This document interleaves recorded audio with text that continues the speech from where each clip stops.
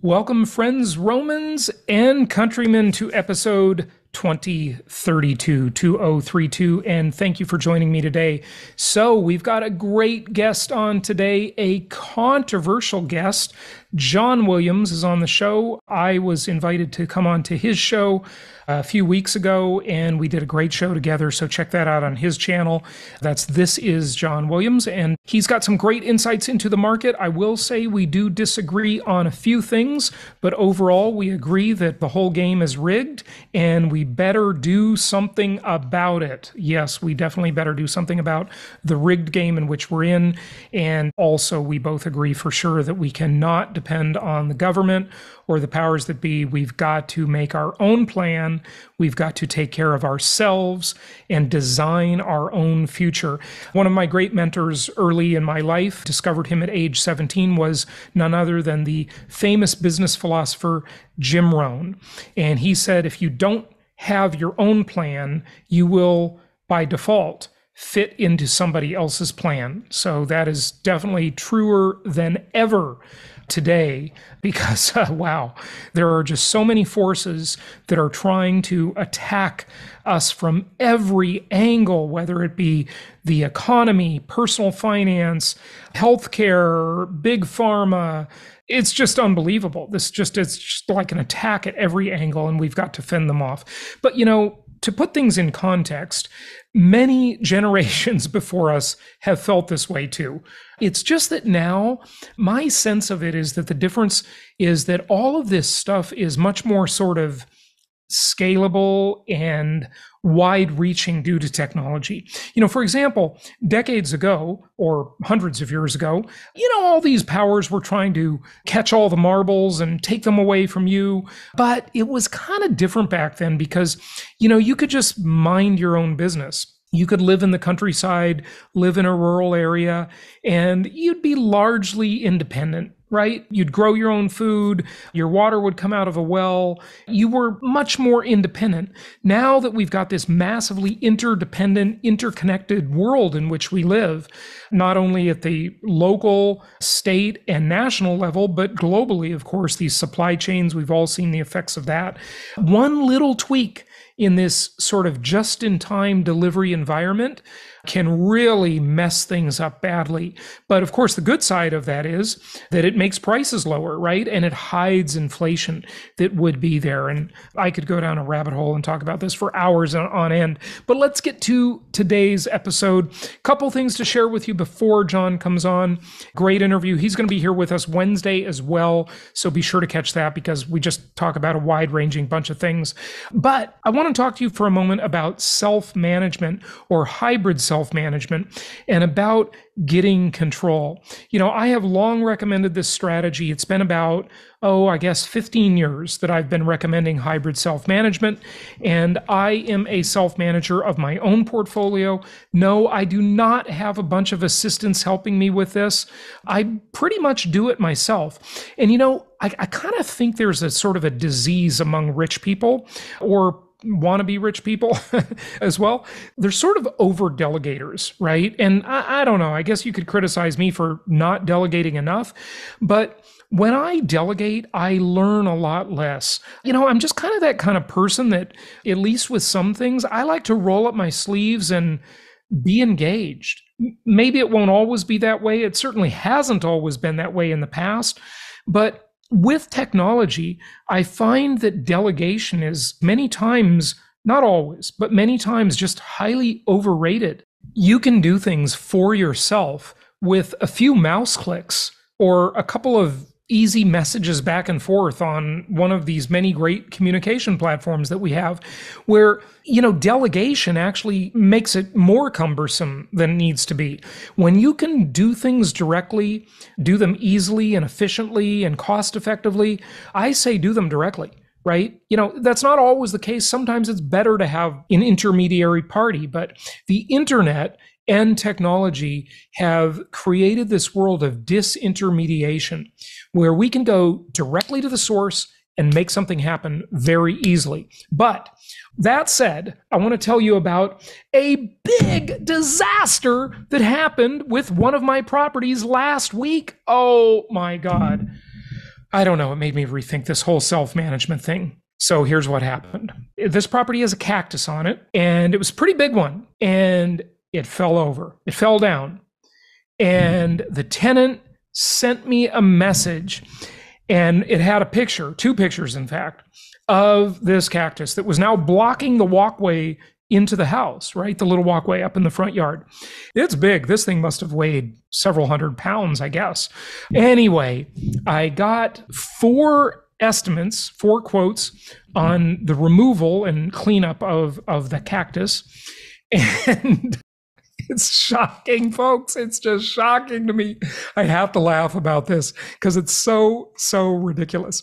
So the first one was $1,200. And then there was one, and I'm not looking at it right now, but I think it was like $800, another one like $700, and another one was $400. And then I reached out. I have a neighboring property where I hired a guy off of either Thumbtack or TaskRabbit. I'm not sure which one. I think TaskRabbit. And he's now doing the gardening there regularly. Every 2 weeks he comes and mows the lawn. And I sent him a message and I said, hey, Connor, can you go remove this cactus? And he says, send me a picture. So I sent him the picture the tenant took. This so far I've spent maybe, I don't know, 2.5 minutes on this whole project. It's been 2.5 minutes. Yes. I know 150 seconds I've spent on this project so far. Okay, it gets worse, but wait, there's more. So then I thought, you know what? I have a handyman that I use there that's done some pretty big work for me on a house. He installed a sliding door where, I got a quote from the former property manager, which I self-manage this property now. Install a sliding glass door, $9,000. I'm like, are you freaking kidding me? So I get my handyman guy to do it, $1,900. The door is beautiful. It looks great. He did such a great job. And that was about 1.5 years ago. Anyway, so I send him a message thinking, he's just a handy guy. He can just get stuff done. I said, hey, can I pay you $200 to remove this cactus? Send him the pictures. And he says, well, I got to get a couple of guys. I got to rent a truck for that. And he says $350. And I said, okay, fine. So literally within 4 hours, the cactus is removed, $350. The job is done. Not $1,200, not $700 or $800, not even $400. Oh, Connor, the guy that does the lawn at the other, yes, he said $1,000. I got it done for $350. And I think I spent all of, let me see. I did not talk to anyone directly, but I did trade some messages with the tenant, a couple other quotes, the gardener at the other property, and then back to the tenant, and then my handyman that actually did the job. I think I spent maybe 7 minutes. Oh my gosh, self-management. So difficult, so time-consuming. Oh my God. Yeah. Get control, folks. Self-manage your properties. It's much easier than you think. But do not do this if you have zero experience. You can do it remotely, no problem. I mean, this property where the cactus fell over, I've never seen the property in my life. I bought it sight unseen, never been to the property, have not even driven by it, much less been inside the property. Performing great. I get my rent every month early. The tenant sends me the payment via Zelle. Gosh, like clockwork. I mean, look, today I'm recording this on the 31st. She already paid the rent last week. Okay. Like, it's just, folks, this is just quite easy. It's really not a big deal. Okay. What I think sort of throws people in the hybrid self-management approach is the idea that it's always sort of they're taken by surprise, right? It's kind of like an interruption to their day. And it is. But if you just maintain your composure, realize this is just not a big deal, it's really quite easy. I mean, I didn't know the cactus was going to fall that day, okay? I did not know this was going to happen. The tenant reported it, and so just with a couple of messages back and forth, done. It's a snap. Like, just no big deal. Get control of your properties, self-manage them. Okay, so I wanted to share this with you because there's all kinds of people out there spreading the fear porn. I wish I had some bad news for you. I know my ratings would be so much higher if I had bad news.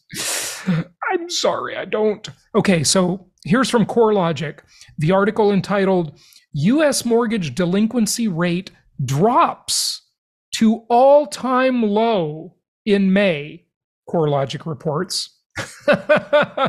Although 14 states posted small annual overall delinquency gains, mortgage performance remains solid. Like I've said a zillion times, if you want to have a real estate crash, you need desperate, distressed sellers in mass. You need massive numbers, millions of them. We hardly have any of them. Now, someday they will come. But remember, the higher the Fed raises the rates, the more valuable all of the existing mortgages become. 25% of the country at or below 3%, 65% of the country at or below 4%, 40%, give or take, of the country, no mortgage at all. How are they going to be distressed when they have such low payments or no payments at all?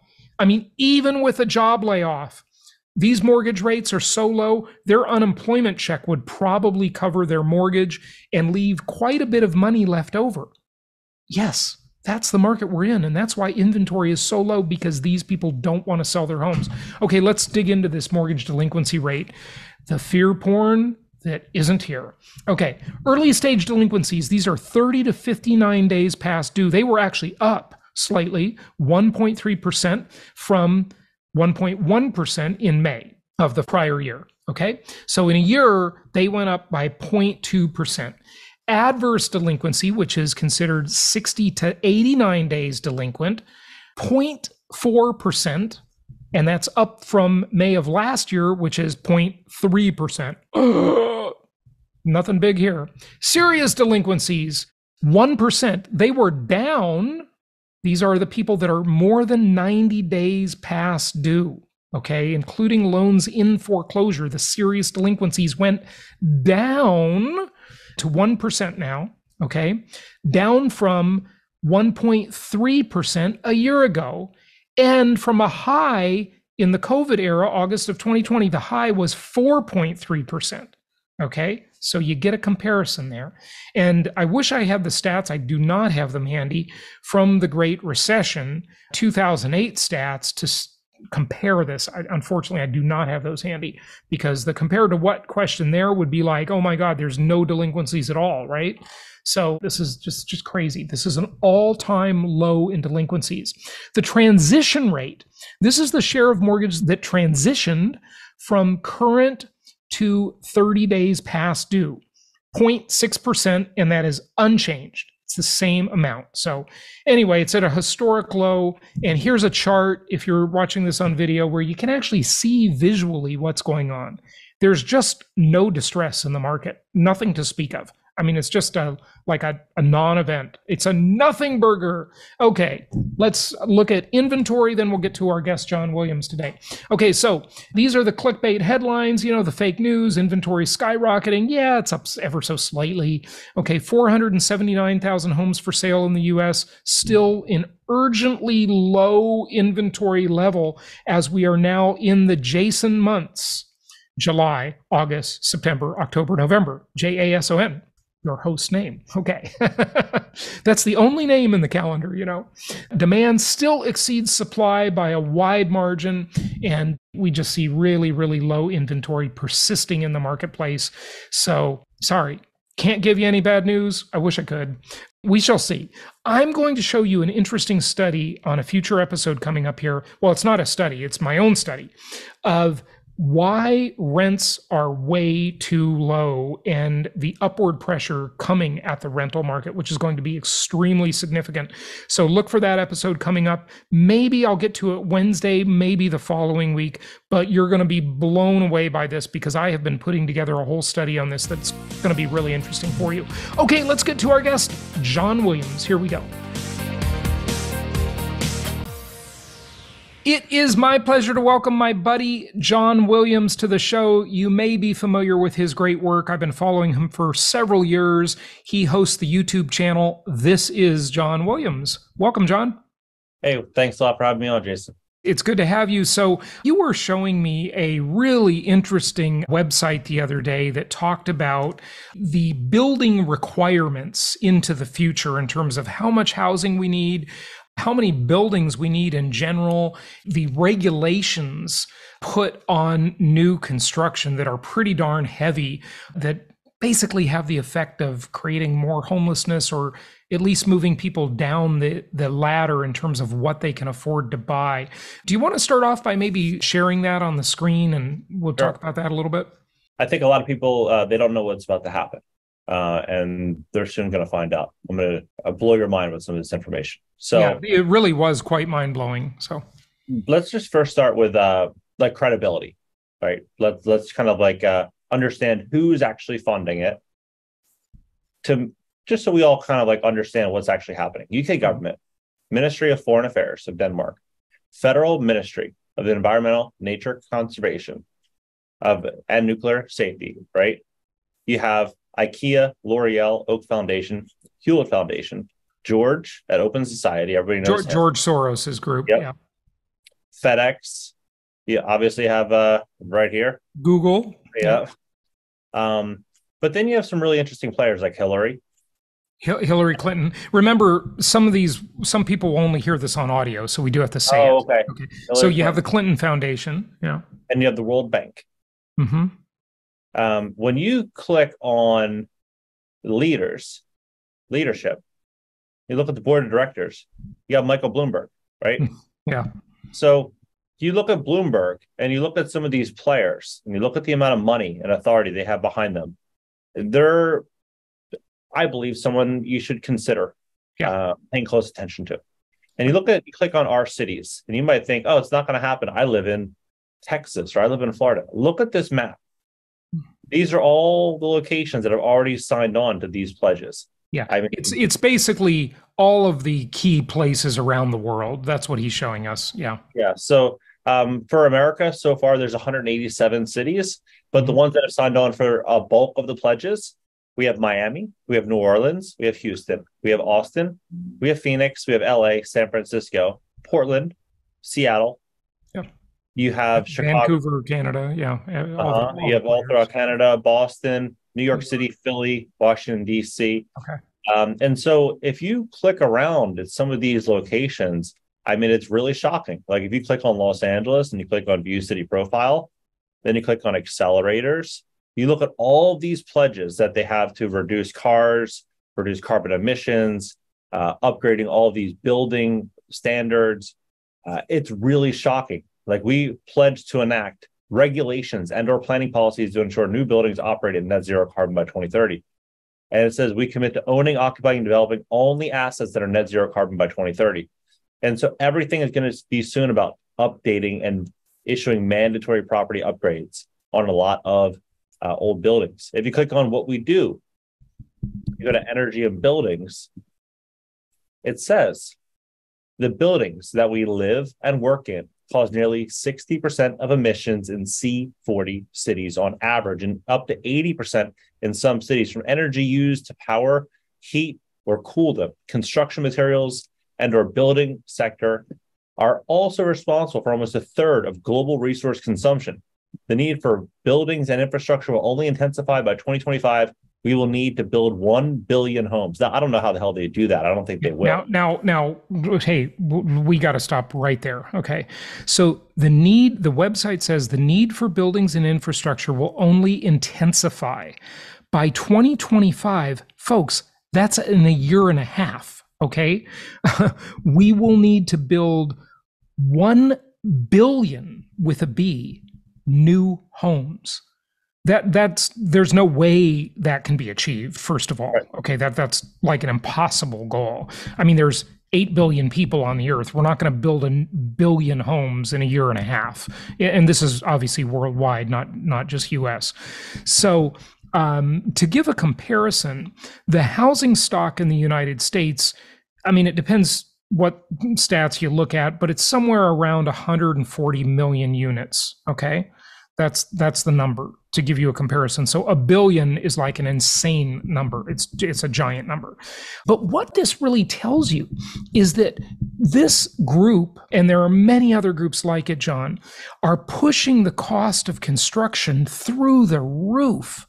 So they're just laying on regulation after regulation after regulation. Some of them are virtually impossible and can't even be achieved today. And what's interesting to me is that groups like this act as though we in the US and everyone else around the world just has sort of like unlimited amounts of money to fund and pay for this. Where does the money come from for these? Construction costs are already very high, right? And well, I can tell you. Yeah. McKinsey said the cost to do for net zero transition 275 trillion between 2021 and 2050.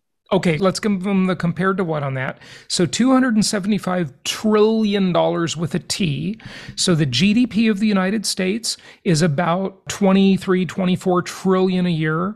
The GDP of the entire planet Earth, all humans working for 1 year, is just over $100 trillion.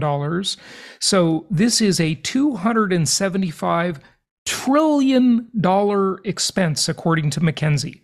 Wow. So when people ask, how is this going to get funded? Well, the wealth is going to be stripped from the citizens. That's how it's going to get funded.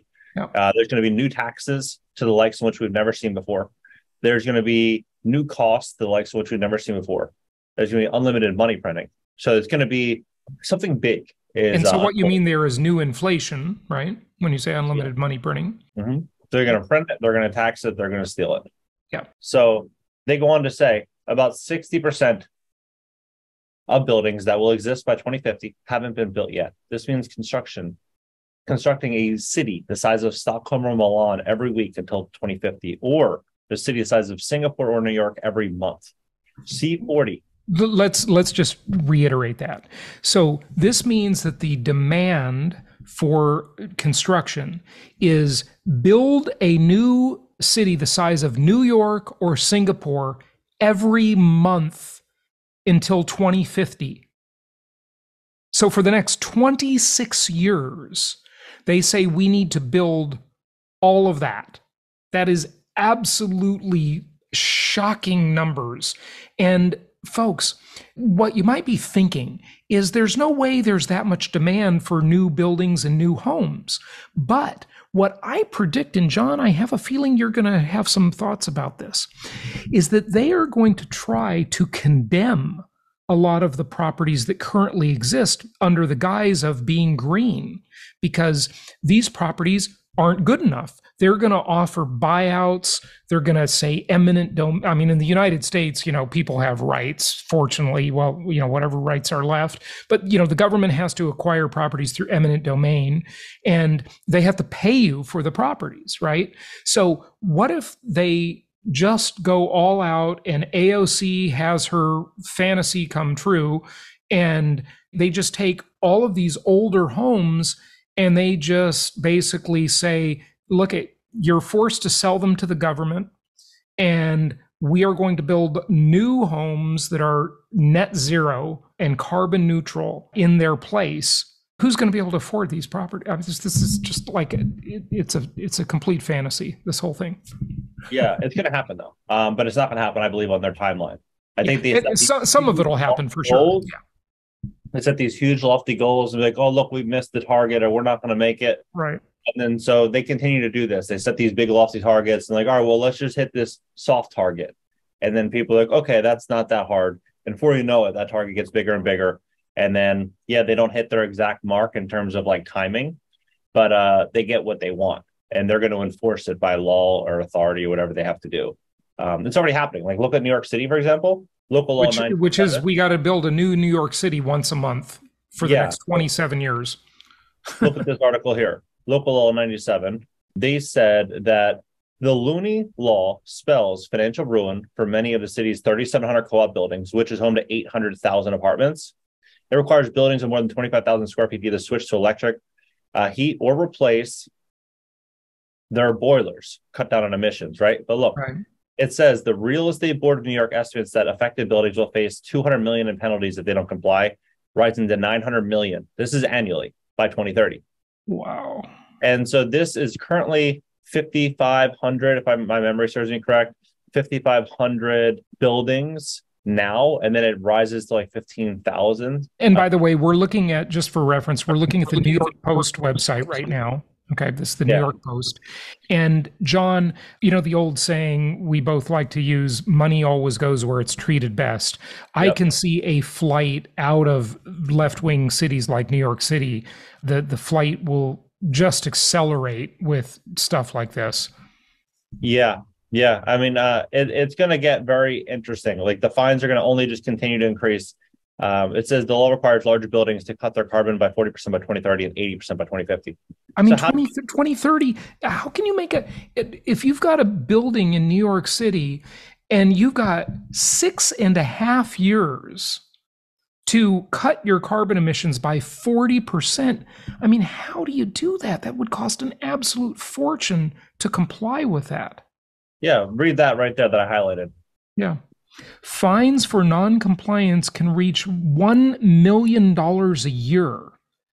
So these co-ops in New York City, these apartment buildings, these condo complexes, they will just go bankrupt.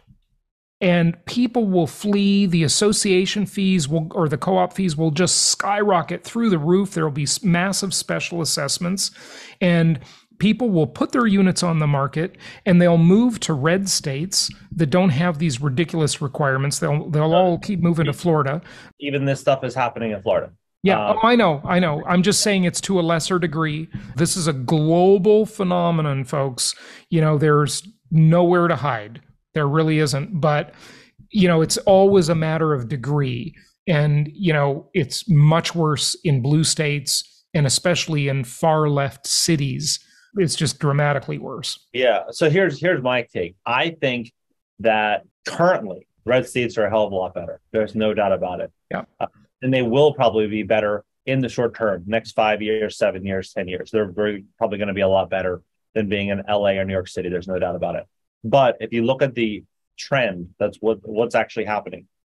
Politicians are slowly buckling to more compliance towards policies that were 10 or 15 years ago radical in places like California. But now you're starting to see these things starting to pop up here, like the discussion of rent control and the discussion of affordable housing, and all these discussions popping up now.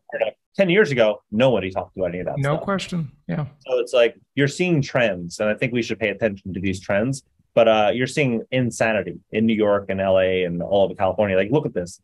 And city residents in condo and co-op buildings, the law will eventually have more than 12,000 buildings with 832,000 plus units, and collectively staring at fines of $900 million a year. So yeah, I mean, it's crazy. It's interesting to kind of watch. But if you look at this, it says C40 support cities in implementing ambitious building energy efficiency initiatives and catalyzing the cleaning up of the energy supply in line with the 1.5 climate mitigation, but implementing and enforcing building energy regulations and mandatory performance standards for existing buildings. So what does that mean? It means that you're going to come out of pocket to do these standards, and if you don't, you're going to get hit, including measures to reduce embodied emissions in buildings and benchmarking. What's interesting is like they come in, and this company will come in and give a survey, and they'll tell you what your emissions are. Right. You know if it's legitimate or if it's not legitimate, and they give you this thing. Here's a checklist of all the things you have to do to your property. Right. How do people do that when most people are, there's a lot of people that own properties outright, no doubt. There's a lot of people also that refinance the hell out of their properties at 2-3% mortgages, and they took that money and they reinvested it. Now they have a bunch of properties with very little equity. And they're looking at this like, okay, well, how do I come out of pocket to do all these new energy upgrades? And then you look at Blackstone and just raised $30 billion to invest in real estate. I think they have a plan, and that plan is going to be to buy up a lot of distressed property. Yeah. And Blackstone and all of the big institutional players will, they'll be able to afford the cost of compliance, right? Because they have big scalability. So that's the way it is now. If you look at Wall Street, if you look at Mark Zuckerberg going in front of Congress saying, please regulate us. And then you look at OpenAI going in front, Sam Altman going in front of Congress saying, please, we need to regulate AI. Well, the reason they want these regulations is so they can build a moat around their business, because only the big players can afford to comply with the regulations. And then if the regulations are too stringent on them, they'll say, well, they'll just go lobby and pay off the politicians and bribe them and get them lightened a little bit. But that's how they create a moat. And the example, John, I always use is Wall Street and banking. Because if you look at Wall Street and you compare Wall Street to sort of the rest of the world, there is so little startup culture on Wall Street. I mean, what startup is competing with Goldman Sachs? Like nobody, right?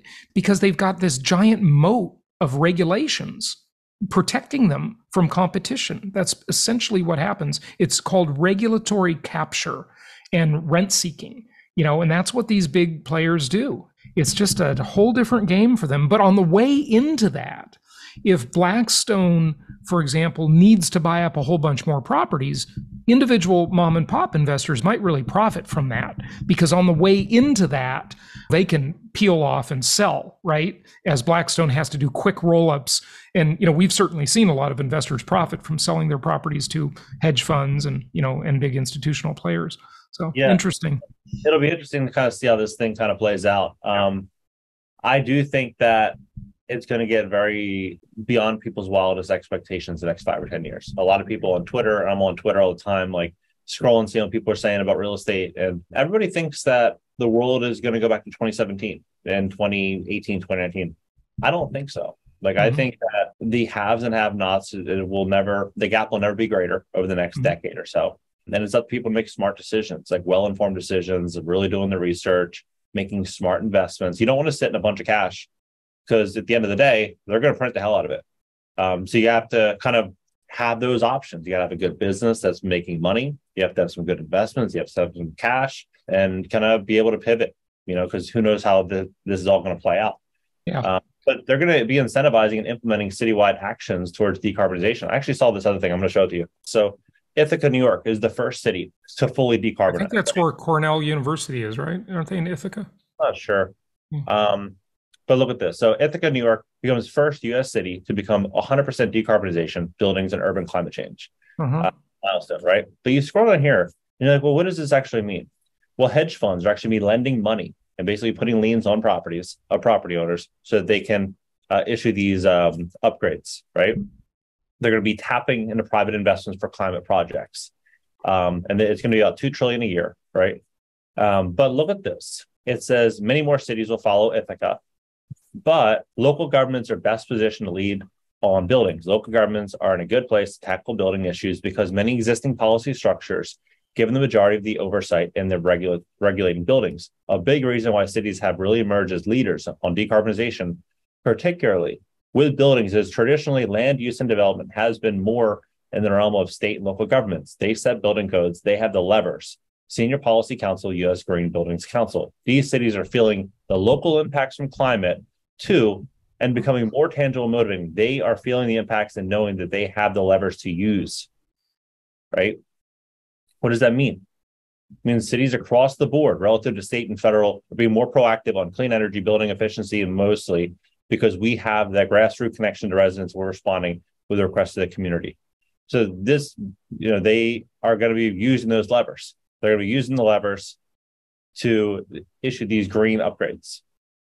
What I can see happening too is I can see the government funding a lot of this through new loan programs, through increasing FHA limits, VA limits, liberalizing them, because, the FHA has a program that, I was familiar with years ago. I don't use it, so I don't know if it even still exists, but it was called 203B. I think that was the program. And basically what it did is it gave you money to, if you're acquiring a property, it also gave you money to fix up the property, right? And so they will do that, and then that'll incentivize property owners to fix up their properties, right? But it's just like student loans, right? So what happens when you do that is it, of course, raises the price of the properties, and it enriches a whole bunch of vendors who sell all of the solar panels and the everything you need to become net zero, right? And then the government has to print a bunch of fake money out of thin air because money is lent into existence, right? And so that creates a whole bunch of inflation. I mean, it's just such a vicious cycle. And it always begs the question, how long can they keep kicking this can down the road? Yeah, I don't know, maybe another 100 years, but it can't go on forever. Yes, I was really curious about that question myself. I'm like, how are they going to push this? Like, how is it going to work? So I went on miamidade.gov because since I'm not far from Miami, I'm like, let's see if there's any companies that are cooperating with miamidade.gov because Miami is following the same building regulations that New York is. They're just slightly behind. But if you go on miamidade.gov and you look at their emission goals by 2030 and 2035, same as New York, which is absolutely crazy. The same decarbonization pledges. And you're like, how the hell does that make any sense? There's no way. But it is true. So I went on miamidade.gov. I looked at their partners. I found a company called SELF, Solar Energy Loan Fund. And they get direct loans from the White House, the federal government, saying for between 0 and 1% interest. They get this basically free money, and they lend it out to the general public at 5 to 6% interest, and they make the spread. And that's the model. So like people need to do these upgrades. You're a developer, you need the upgrade, they give them the money. They just like start basically handing out money at 5 to 6%. But there's other companies like Pace and these other ones where they'll actually put a lien on your property and you can't sell your property until the lien is paid. Yeah, so right. Of course not, because you can't sell the property until your mortgage is paid either. It's the same idea. No, I mean, so like I get what you're saying, but there's like prepayment penalties and stuff like that, to where it's like if you have a $300,000 mortgage and you sell your house for $400,000, you're going to make the 100 gross, right? With Pace's model, you have that number, but there's also like a balloon or there's like some additional fee that you would have to pay to try to get out from underneath of that obligation. Right. Yeah. Yeah. So essentially what they did with Obamacare is this. It was the first time ever that the Supreme Court upheld forcing people to spend money that is after tax dollars, right? That was the first time that ever happened. And that's why it's unconstitutional, because the government is not supposed to direct how you spend money after you pay your taxes. And that's what Obamacare did. And I think we're going down the same road with this, because they will likely say, look, property owner, you have to spend money on this. We'll give you a loan to make you an indentured servant, just like, you almost got to go to college anymore, right? And get a ridiculous loan to do that. And that's what'll happen. And it'll just push the cost up for everybody. It'll just create more inflation for everybody. It'll increase homelessness.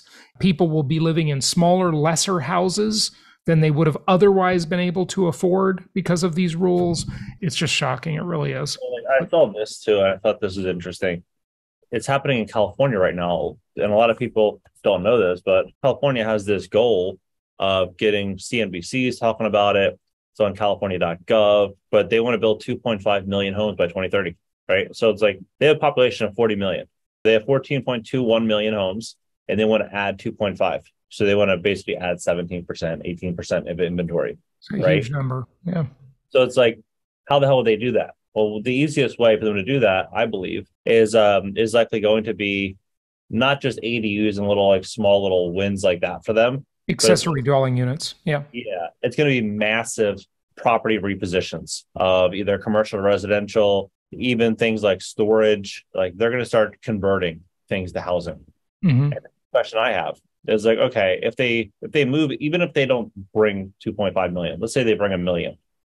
If they start to do something to where they impact supply at that type of level, and the average investor bought deals in California in the last 5 years at a 5% return, and they increase supply 10%, and then insurance and taxes are continuing to rise, then utility bills are going to continue to rise during this quote unquote green energy transition. Right. How do any of these deals make sense?